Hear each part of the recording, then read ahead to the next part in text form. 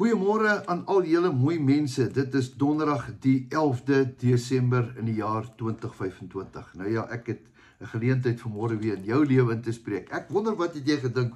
Waar was ek al die 2 dae? Ek was 'n bietjie Johannesburg toe, ek het daar gaan bedien vroeg in die oggend. Dan kom ek terug, dan het ek maar baie dinge en ek wil net my beste gee. Dis hoekom. Ek het nou alles stil gemaak. Nou is jy my eerste prioriteit. Jy en dit wat ek op my hart het, wat ek wil vir julle gee. Nou, ja, vanmôre, ons wil praat oor Kersfees. Ek weet hier's 'n paar ouens wat baie skepties is en hulle, die oomblik as ek iets sê oor Kersfees, dan sal hulle op my. Ja, nee, Kersfees is nie Kersfees nie, dis 'n pagan fees. Vader Kersfees en al die boompies en al die geskenke, dis alles net fake, sê hulle. Nou ja, ek wil met julle saamstem. Dit gaan nie vir my oor die Kersboom en die Kersvader nie, asseblief. Kersvader is 'n absolute mite.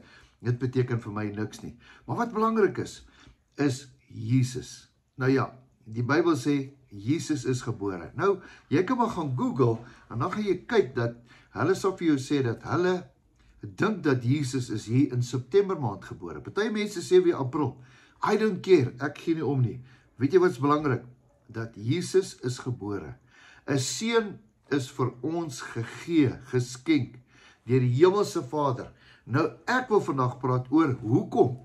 Hoekom is Jesus geskenk? Hoekom is hy gegee? Hoekom het hy die lam geword? Hoekom is hy geoffer? En dan gaan hy weer terug. Wat was die rede? Wat is hierdie storie nou eintlik oor Jesus? Jy het ook al seker baie gevra. Ja, jy moet onthou, daar's 'n Ou Testament. En 'n Ou Testament beteken dit het begin by Adam. En Adam was die mense wat gesondig het. Onthou jy? En toe hulle gesondig het teenoor die Here en hulle het van die boom van kennis en goed gehoor, toe kom daar skeiding. En daai skeiding het gemaak dat Adam het vir sy straf was hy onder die wet. En onder die wet was hy onder die duiwel, want die duiwel het op die aarde geheers. Jy's reg, God het hom, onthou jy, uit die hemel uit geskop saam met 'n derde van die engele. En hier kom bly hy en Adam op een plek. En hy het net straf gehad. En daar het skeiding gekom tussen God en die mens. Ek wil jy moet mooi verstaan. Skeiding tussen God en die mens. En die mens was 'n slaaf. Die hele Ou Testament was almal slawe. En hy moes alles reg doen. Jy mag nie dit nie, mag nie dit nie, mag nie dit nie. Want as jy dit nie doen nie, want wette het strawwe.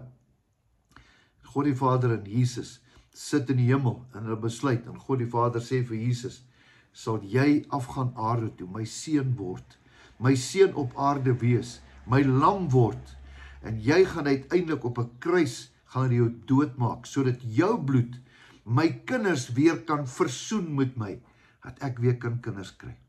Wat 'n wonderlike gedagte. Dit is vir my Kersfees.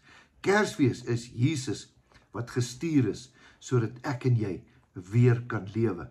En al ons sondes, wat ons gedoen het, wat ons doen en nog wat ons gaan doen, het hy absoluut kom uitwis, het hy vir ons kom vergewe.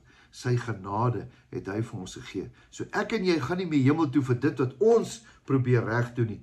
Ek en jy gaan hemel toe vir dit wat Jesus op daai kruis vir ons kom reg doen het.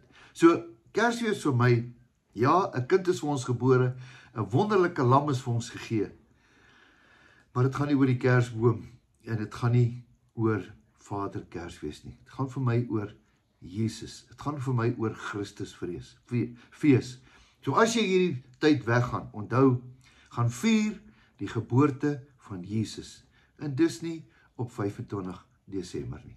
Dit is 'n ander datum. Maar wat belangrik is dat reg oor die wêreld neem hulle kennis dat daar is vir ons 'n skepper, 'n heiland, 'n vredevors, 'n raadsman, 'n sterke God is vir ons gebore.